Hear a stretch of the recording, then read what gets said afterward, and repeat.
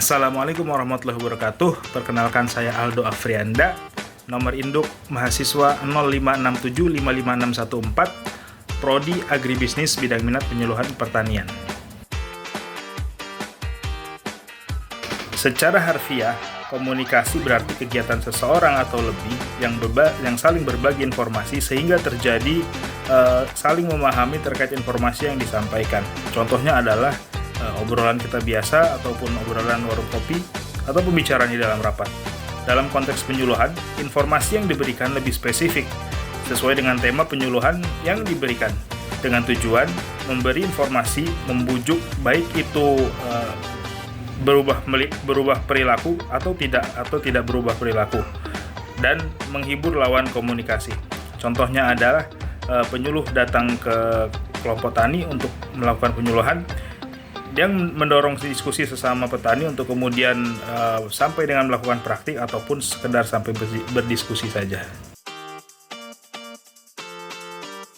Cyber extension merupakan metode komunikasi yang mengintegrasikan teknologi informasi dan komunikasi dalam pembangunan pertanian, memiliki manfaat dalam penyebar luasan diseminasi pertanian dengan memotong jarak dan waktu menggunakan teknologi. Upaya mengefektifkan komunikasi ketika penyuluhan, yang pertama adalah diupayakan adanya kepentingan yang sama antara kebutuhan penyuluh dan sasarannya.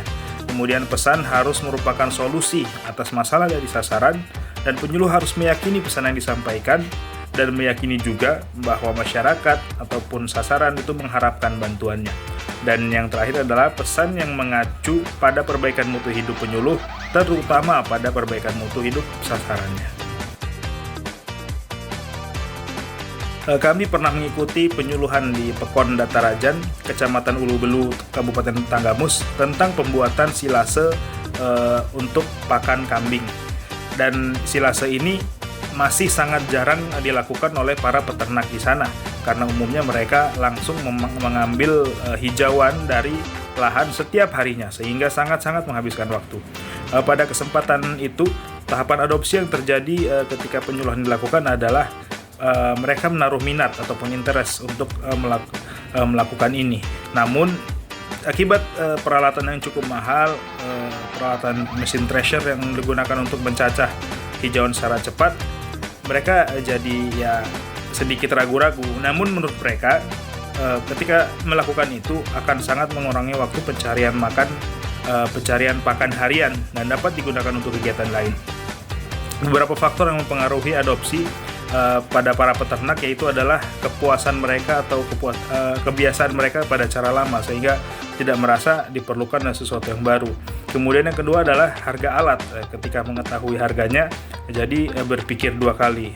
Padahal sejatinya ketika mereka berkelompok, mereka bisa saja patungan untuk membeli alat tersebut, dan alat tersebut digunakan secara bergantian karena tidak mungkin satu orang itu seminggu bakal memakai full. Cukup seminggu sekali mencacah untuk pakan silase 1 minggu ke depan. Terima kasih.